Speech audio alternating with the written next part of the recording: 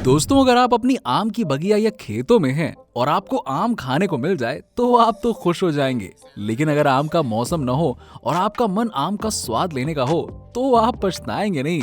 आपके पास फ्रूटी या माजा जो मौजूद है, क्यों, सही कहा ना, ये आम के स्वाद का जबरदस्त मजा देते हैं।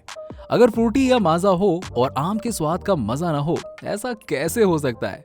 घर में जब बच्चे जिद करते हैं तो पापा कहते हैं, बेटा आपके लिए फ्रूटी या माजा मंगा दूंगा, क्योंकि बच्चे इसके दीवाने होते हैं और बड़े कम दीवाने थोड़े ना होते हैं। जब आप चिलचिलाती धूप में बाहर निकलते हैं और आपको भूख प्यास लग जाती है तो आप सोचते हैं, चलो यार कुछ मीठा हो जाए और कुछ ताजगी भरा हो जाए और आम के स्वाद वाला मिल जाए तो मजा ही आ जाए।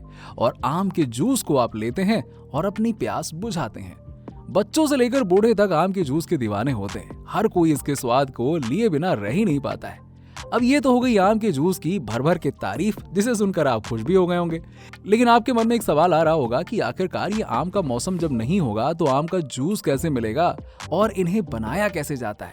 इसी सवाल का जवाब आज हम आपको इस वीडियो में देंगे और आम के जूस को बनाने की फैक्ट्री प्रोसेस के बारे में बताएंगे। जानने के लिए आप हमारे साथ वीडियो में एंड तक बने रहिएगा। चलिए आपको लेकर चलते हैं उस फैक्ट्री में जहां इन आम के स्वाद वाले जूस को बनाया जाता है, जिसका आप आनंद लेते हैं। सबसे पहले इस जूस को बनाने वाले फल आम की बात करते हैं। वैसे आम की फसलें गर्मी के मौसम में होती हैं। इनके पेड़ बड़े और भारी होते हैं, जिस पर आम के फल सैकड़ों और हजारों की संख्या में लगते हैं। जूस को बनाने के लिए सबसे पहले खेत या बगीचों से आम के फलों को इकट्ठा करने के लिए किसान के पास जाया जाता है और ये किसान पेड़ में लगे हुए पके फलों को तोड़ते हैं। और जब ये पेड़ ऊंचे होते हैं तो इन्हें तोड़ने के लिए हाइड्रोलिकली लैडर का यूज किया जाता है। लेकिन नजदीक होने पर किसान अपने हाथों से या मैकेनिकल जॉब से ही इन आम को तोड़ लेते हैं। इन आम को पेड़ से निकालना भी एक चैलेंज होता है, इसीलिए हम इसके लिए हार्वेस्टिंग एड्स का यूज करते हैं। जी हाँ, इन आमों को तोड़ने के बाद इन्हें एक ट्रैम्पोलिन में भर दिया जाता है। इसके बाद इस प्रोसेस में आम में लगी हुई डंठल को एक एक करके अलग किया जाता है। अब जब ट्रैम्पोलिन में इन डंठलों को अलग कर लिया जाता है तो इसमें से एक प्रकार का लिक्विड निकलता है, जिसे सैप कहते हैं। वैसे आपको बता दें कि ये जहरीला तो नहीं होता है, लेकिन अगर ये आपकी बॉडी की स्किन पर लग जाता है ना तो ये उसे जला देता है। जी हाँ, और यही सैप अगर इन आम के फलों पर गिर जाए तो ये उसको खराब कर सकता है। इसीलिए इन डंठलों को आम से बड़ी सावधानी से अलग किया जाता है। उसके लिए हाथों में ग्लव्स पहना जाता है। डंठल को रिमूव करने के बाद इन आमों को फिर से ट्रैम्पलेट में फेंक दिया जाता है। इन ट्रैम्पलेट में पानी भरा होता है, जिसमें ये आम डूब जाता है और इन पर लगा हुआ सैप छूट जाता है। इसके अलावा इन सैप को आम पर से हटाने के लिए केमिकल का यूज भी किया जा सकता है। अब इन आमों को एलिवेटर लैडर पर रख दिया जाता है, जिससे ये एक कैरेट की तरफ कलेक्ट होने के लिए बढ़ते हैं। ये प्रोसेस आराम से किया जाता है क्योंकि ये आम पके हुए होते हैं और थोड़ी सी भी लापरवाही इन आमों को डैमेज कर सकती है। इन आम को डैमेज से बचाने के लिए कैरेट के ऊपर फोम का टुकड़ा रख दिया जाता है। इसके बाद इन्हें स्टोर करने के लिए स्टोर रूम में रख दिया जाता है। यहाँ से इन्हें जूस बनाने के लिए फैक्ट्री में भेज दिया जाता है और बड़े बड़े ट्रकों में भरकर इनामों को फैक्ट्री तक पहुंचाया जाता है। कभी कभी जब फैक्ट्री इनामों के बगीचों से दूर होती है तो ट्रकों में आम को ताजा रखने के लिए फ्रीजर का यूज किया जाता है। फैक्ट्री में पहुंचने के बाद इन आमों को ट्रक से अनलोड किया जाता है, जिसमें सैकड़ों वर्कर्स को लगना पड़ता है। अनलोड होने के बाद इन्हें साफ करने के लिए पानी के बड़े टैंक में डाला जाता है। ये टैंक लंबे और चौड़े होते हैं, जिसमें ताज़ा पानी भरा होता है और इसमें मौजूद आम वॉश हो जाते हैं और वॉश के इस प्रोसेस में रोलर का भी सहारा लिया जाता है, जिसमें आमों को हर तरफ से साफ किया जाता है। इसके बाद इन आमों को फ्री हीटिंग और सॉफ्टनिंग प्रोसेस से गुजारा जाता है। इसमें गर्म पानी भरा होता है, जिसमें आमों को 3 से 4 मिनट तक रखा जाता है। ऐसा इसलिए किया जाता है ताकि आमों में मौजूद पॉलीफिनॉल ऑक्सीडेज को रिमूव किया जा सके। इसके अलावा आम का कलर और उसका फ्लेवर भी इम्प्रूव हो जाता है। इसके बाद ये आम पूरी तरह से क्लीन हो चुके होते हैं। अगर इसमें कोई डस्ट रह गया बाई चांस तो जूस तो बेस्वाद हो जाएगा, इसीलिए ये सब करना बहुत जरूरी है। अब इन आमों को कन्वेयर बेल्ट की हेल्प से रोलर मशीन की तरफ बढ़ाते हैं।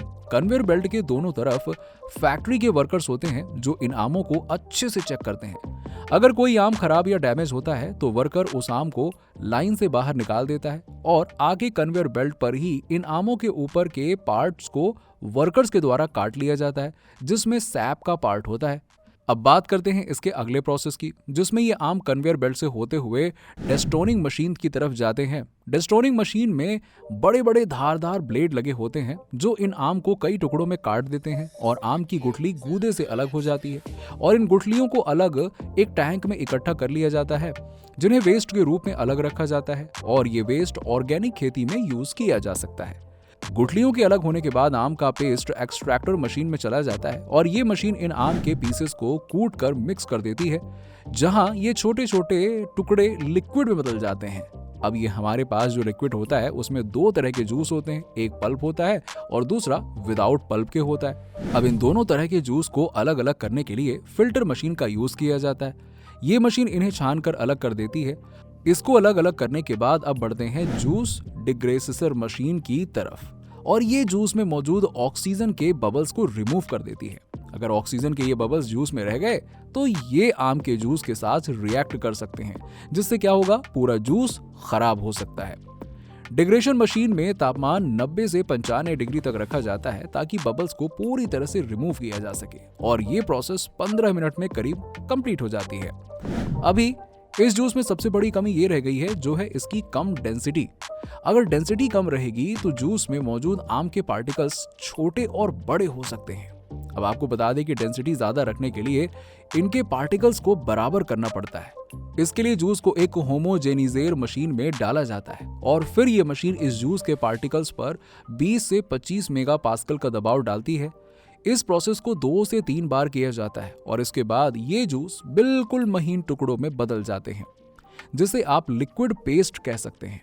अब होमोजेनेजर जूस को आगे प्रोसेस के लिए भेज देता है और इस प्रोसेस को स्टेरिलेशन प्रोसेस कहा जाता है। इस प्रोसेस में टेम्परेचर 62 से 65 डिग्री सेल्सियस होता है। अब आप ये सोच रहे होंगे कि ये स्टेरिलेशन प्रोसेस क्या होता है, तो आपको बता दें कि मैंगो के इस जूस में माइक्रो इंसेक्ट या बैक्टीरिया भी तो हो सकते हैं। क्यों नहीं हो सकते हैं? बिल्कुल हो सकते हैं और इन बैक्टीरिया को खत्म करने के लिए इसका प्रोसेस किया जाता है। इसीलिए इसका टेम्परेचर ज्यादा रखा जाता है जिससे ये बैक्टीरिया खत्म हो जाएं।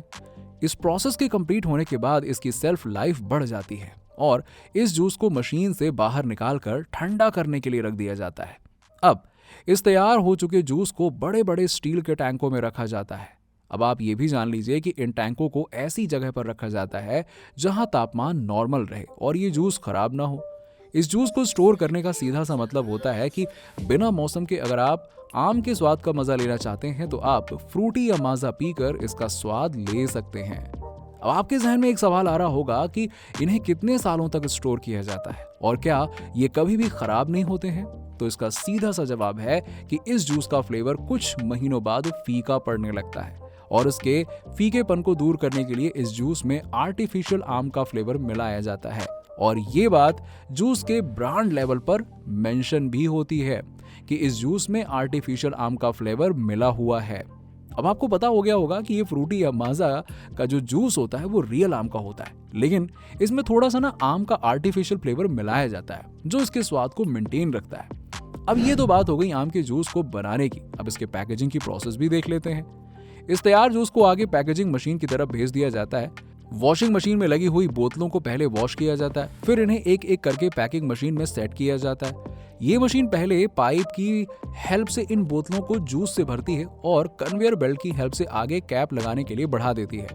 कैप लगने के बाद ये जूस से भरी बॉटल्स पर लेवलिंग मशीन की हेल्प से लेवल लगा दिया जाता है और इस तरह सभी बॉटल्स पर लेवल लग जाता है।